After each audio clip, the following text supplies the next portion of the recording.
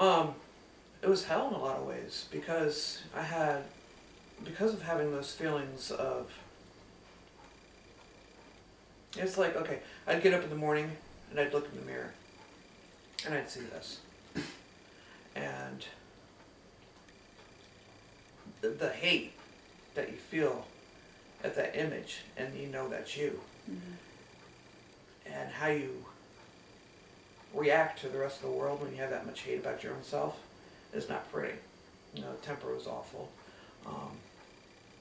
When people would ask me if I was happy, I mean, I was happy in the relationship. I was happy that I had children. I was going to college. So you kind of have that, like, I'm not say it's just surface happy, but that deep down, deep in your stomach where you don't have any kind of pit whatsoever, mm-hmm. Well, that pit was just gaping wide open. So all the anger that I would feel for myself went out onto a lot of people. And it's hard to deal with, you know, when you take a shower, you know, and you have parts that you just don't want to deal with. I tried to kill myself 3 times when I was a teenager.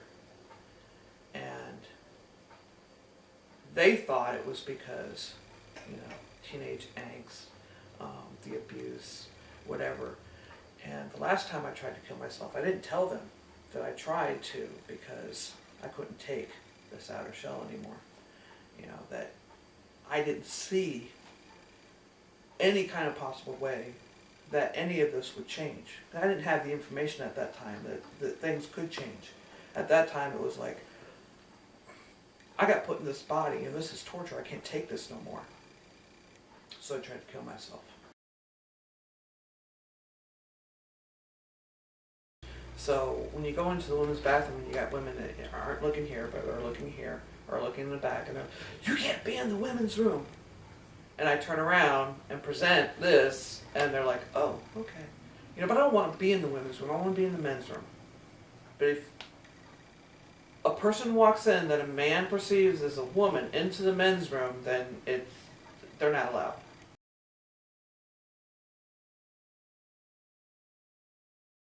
Well, I always say my brother. He has never been anything but my brother to me.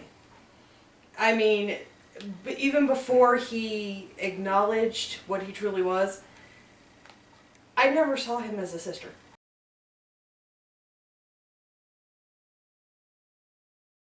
From what I'm aware of in terms of the anecdotal kind of evidence of the children that are transgender, that is nothing that parents have not done anything that have influenced that child to feel wrong in their body. They just feel naturally wrong. It just feels wrong for them.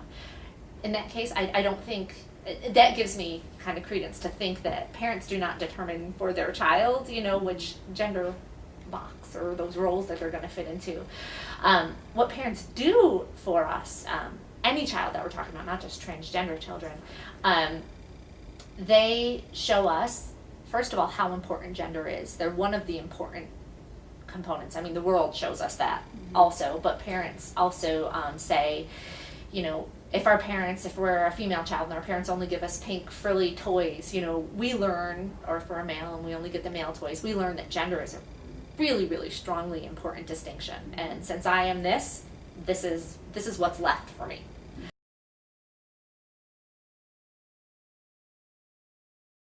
But ever since I've come into who I am and stopped fooling myself or trying to fool others, the whole question of sexuality is so much more open, and I'm more secure with myself, more secure with my masculinity, and sexuality doesn't even become a question anymore.